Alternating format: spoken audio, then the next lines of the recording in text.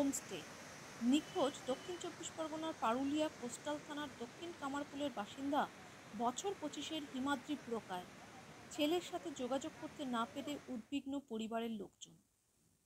পরিবারের পক্ষ থেকে জানানো হয়, শনিবার রাত 10টায় শেষ কথা হয় বাড়ির লোকজনের সাথে। তারপর থেকে আর কোনো যোগাযোগ করা যায়নি। রাত 10টার সময় কথা হয়েছে। কাল কটার সময় কথা হয়েছে? 10টা।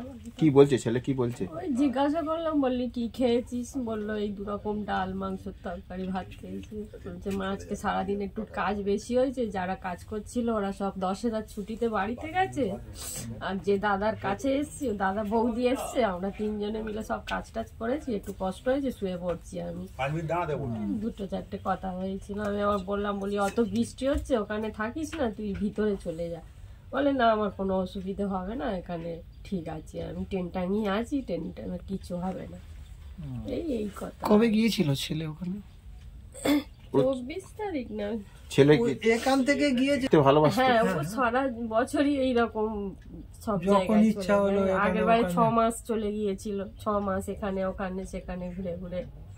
এবার কি ওখানে কাজ নিয়েছে? হ্যাঁ, বললো ওই লজে থাকবো, লজে একটু ওই রিসেপশনে থাকবো, টুকটাক কাজ করবো, ওখানে 2 মাস থাকবো। আমি বললাম খাওয়া দাওয়া, বললো ওরাই খাওয়া দাওয়া দেবে বলেছে, ওখানেই থাকবো। লাস্ট কখন যোগাযোগ হলো ছেলের সাথে? কাল রাত 10টায়। মাঝে মাঝে যোগাযোগ হ্যাঁ, হতো? প্রত্যেকদিন কথা হতো, মাঝে মাঝে না, প্রত্যেকদিন কথা। প্রত্যেকদিন। বেশিরভাগ রাত্রিরে কথা হতো, সারাদিন কথা হতো না, রাত্রিরে কথা হতো। তো এখন যোগাযোগ করতেন, দুশ্চিন্তায় আছে? হ্যাঁ, সে দুশ্চিন্তা তো থাকবে, সকাল থেকে তো ফোন করছি, শুধু সুইচ অফ বলছে। ওই যেখানে গিয়েছিল ওখান থেকে কি আপনাদের ফোন করেছিল? না, ওখান থেকে ওই লজ থেকে কোনো ফোন আসে? যে হোমস্টেতে গিয়েছিল ওখান থেকে প্রশাসন থেকে কোনো? প্রশাসন থেকে খোঁজ নিয়ে ওই ওরাই খোঁজ করেছে, বা আমার ভাইপো আছে সিভিক পুলিশ, সেখান থেকে সব খোঁজ।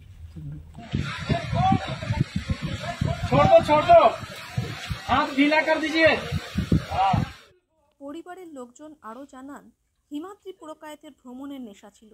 সে যাদবপুর বিশ্ববিদ্যালয়ে পড়াশোনা করে, পাশাপাশি ভ্রমণে গিয়ে গাইডের কাজও করে।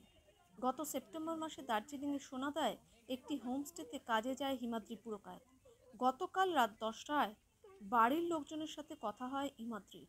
সে জানায় বৃষ্টি হচ্ছে, খাওয়া দাওয়া হয়ে গেছে, বাড়ির লোকজন তাকে সাবধানে থাকতেও বলেন, কিন্তু তারপর থেকে আর কোনো যোগাযোগ করা যায়নি হিমাদ্রির সাথে। ঘটনায় স্থানীয় জনপ্রতিনিধি ও প্রশাসনের লোকজন পরিবারের সাথে দেখা করে সব রকম সাহায্যের আশ্বাস দিয়েছে। তো এটা ছিল না, সেটা না, না এটা সব নিশ্চয়ই তো কিছু একটা হয়েছে বলে আপনারা জেনেছেন।